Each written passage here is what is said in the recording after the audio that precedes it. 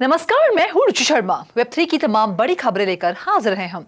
युगा labs के CEO Greg solano ने घोषणा की कि नॉन फंजिबल टोकन कंपनी अपने नए सुपर पंक वर्ल्ड प्रोजेक्ट से कम्युनिटी बैकलैश के बाद क्रिप्टो पंक प्रोजेक्ट्स के अब टच में नहीं रहेगी। 20 मई को ऑफिशियल क्रिप्टो पंक्स अकाउंट ने सुपर पंक वर्ल्ड नामक एक नए एनएफटी कलेक्शन की घोषणा की। कलेक्शन में हाइब्रिडाइज्ड 3D स्कल्पचर्स के 500 पीसेस शामिल थे, जिन्हें उसने रेस और जेंडर की लाइंस को ब्लर करने वाला बताया। ये pieces New York based painter Nina Abney द्वारा बनाए गए थे और इसका उद्देश्य क्रिप्टो पंक्स प्रोजेक्ट की अपरिवर्तनीय प्रारंभिक इंटरनेट जड़ों को होमेज देना था। अपने लक्ष्यों के बावजूद कलेक्शन को वोक होने के लिए विभिन्न क्रिप्टो कम्युनिटी के सदस्यों से आलोचना मिली।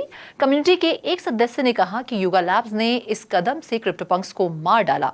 गो वोक गो ब्रोक युगा किल्ड पंक्स टुडे। इस बीच जैसे ही एक अन्य व्यक्ति ने अपने क्रिप्टो पंक एनएफटी को बेचने की धमकी दी, ग्रेग नाम के एक सुडोनिमस इन्फ्लुएंसर ने सार्कास्टिकली पूछा कि क्या अकाउंट हैक हो गया है। इसके साथ साथ एक डिसग्रंटल्ड एनएफटी ट्रेडर ने कम्युनिटी से युगा लैब्स को ब्लॉक करने और आगे बढ़ने का आग्रह किया। बढ़ते हैं अगली खबर की ओर। फिडेलिटी ने अपने spot ether exchange traded fund के लिए United states securities and exchange commission के साथ एक अमेंडेड S1 एप्लीकेशन दायर की है। कथित तौर पर एसेट मैनेजमेंट जायंट ने एक अपडेटेड S1 एप्लीकेशन दायर की है, जिसमें कहा गया है कि ETF के अंडरलाइंग ईथर टोकन्स को दांव पर नहीं लगाया जाएगा। यूनाइटेड स्टेट्स में पब्लिकली ट्रेडेड सिक्योरिटीज प्रोडक्ट्स को लॉन्च करने के लिए S1 फाइलिंग्स SEC का आवश्यक रजिस्ट्रेशन फॉर्म है। अमेंडेड फाइलिंग उन रिपोर्ट्स का अनुसरण करती है कि यूनाइटेड स्टेट्स SEC ने स्पॉट ईथर ETF पर यू टर्न ले लिया है, संभवतः राजनीतिक दबाव के कारण। रिपोर्ट्स में कहा गया कि इसने ETF जारीकर्ताओं को अपनी 19B4 फाइलिंग को अपडेट करने के लिए कहा है। वैनिक के ईथर ETF प्रस्ताव के लिए अगली SEC समय सीमा 23 मई की है, जबकि senior Bloomberg ETF analyst Eric Balchunas ने अप्रूवल की संभावना 25% से बढ़ाकर 75% कर दी है। ये केवल 19B4 फॉर्म पर लागू होता है। बाकी अहम खबरों के लिए करते हैं विशाखा का रुख।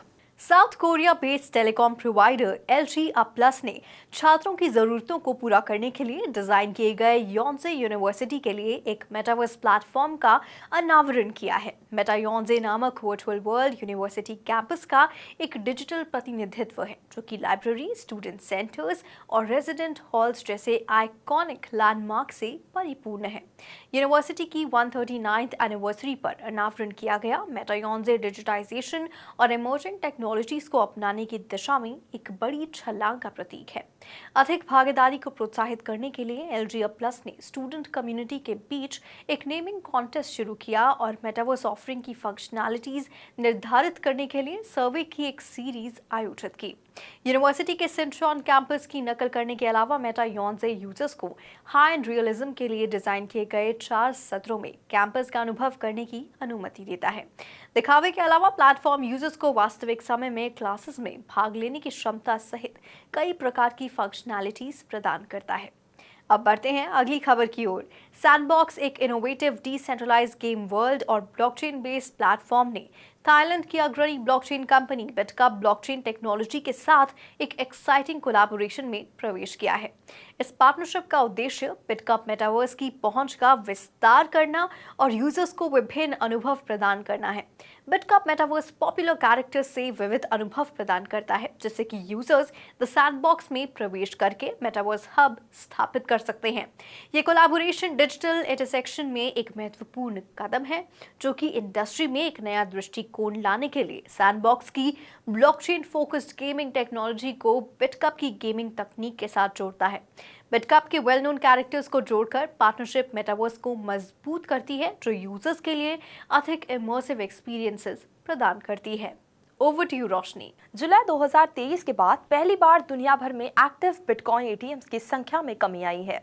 संयुक्त राज्य अमेरिका और कनाडा कुल बिटकॉइन ATM नेटवर्क का 91.4% प्रतिनिधित्व करते हैं। प्रत्येक क्रमशः 31,089 और 2,909 मशीन्स की मेजबानी करता है। दुनिया भर के देशों ने पूरे 2024 में बिटकॉइन ATM में मंथ ऑन मंथ वृद्धि में महत्वपूर्ण योगदान दिया। जनवरी 2023 में खोए 38,000 मार्क को लगभग पुनर्प्राप्त कर लिया। हालांकि मई 2024 में 300 से अधिक ATM ऑफलाइन हो जाने के बाद 10 महीने की वैश्विक क्रिप्टो ATM वृद्धि का सिलसिला टूट गया।